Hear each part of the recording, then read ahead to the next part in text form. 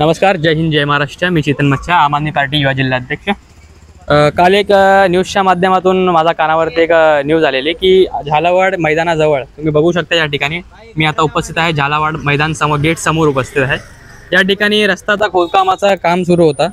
काम सुरू असताना आमचे काही पत्रकार मित्रांना या ठिकाणी असं आढळण्यास आलं की या MSCBचा जो बॉक्स आहे, जंक्शन बॉक्स आहे, त्यामधने अवैधरित्या त्या लोकांनी कनेक्शन घेऊन या ठिकाणी काम सुरू करण्याचं काम करत होते. तेव्हा त्यांनी ऑब्जेक्शन घेतलं.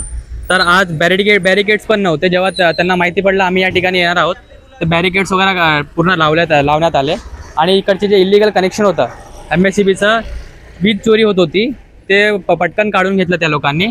आता मी संबंधित अधिकाऱ्यांशी बोललो आणि त्यावरती गुन्हा दाखल करण्याचा मागणी केलेली आहे आपण या ठिकाणी. आणि जोपर्यंत गुन्हा दाखल होत नाही आणि कॉन्ट्रॅक्टरवरती गुन्हा दाखल झाला पाहिजे, कारण की एकीकडे MSCB बोलते की आम्ही वीज चोरी होऊ देणार नाही, आम्ही हेवी फाईन्स मारतो, आणि त्या ठिकाणी कॉन्ट्रॅक्टर असे अवैधरित्या कनेक्शन घेतात आणि जनतेचे जे पैशाचे जे आहे वाट लावतात या ठिकाणी. तर मी विनंती करतो संबंधित MSCBचे कमिशनर लवकरात लवकर या कॉन्ट्रॅक्टरवरती गुन्हा दाखल झाला पाहिजे. जर गुन्हा दाखल नाही झाला तर तीव्र स्वरूपाचं आंदोलन या ठिकाणी करणार आहे, एवढं मात्र निश्चित.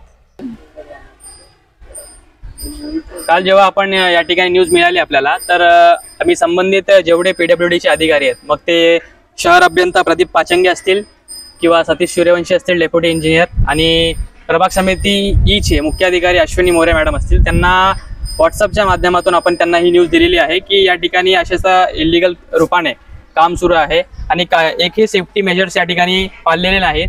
बॅरिकेड्स नव्हते. आज आम्ही जेव्हा त्यांना माहिती पडलं की आम्ही येणार आहोत, तेव्हा सगळे बॅरिकेड्स लागले आणि सेफ्टी मेजर घेण्यात आले. आत्तापर्यंत ते डिस्क्रिप्शन जे लिहितात, जे वर्क ऑर्डरमध्ये असतं की काय करायचं, काय सेफ्टी प्रिकॉशन्स घ्यायचे, ते काहीच न घेता या ठिकाणी सर्राटपणे काम सुरू आहे त्या लोकांचं.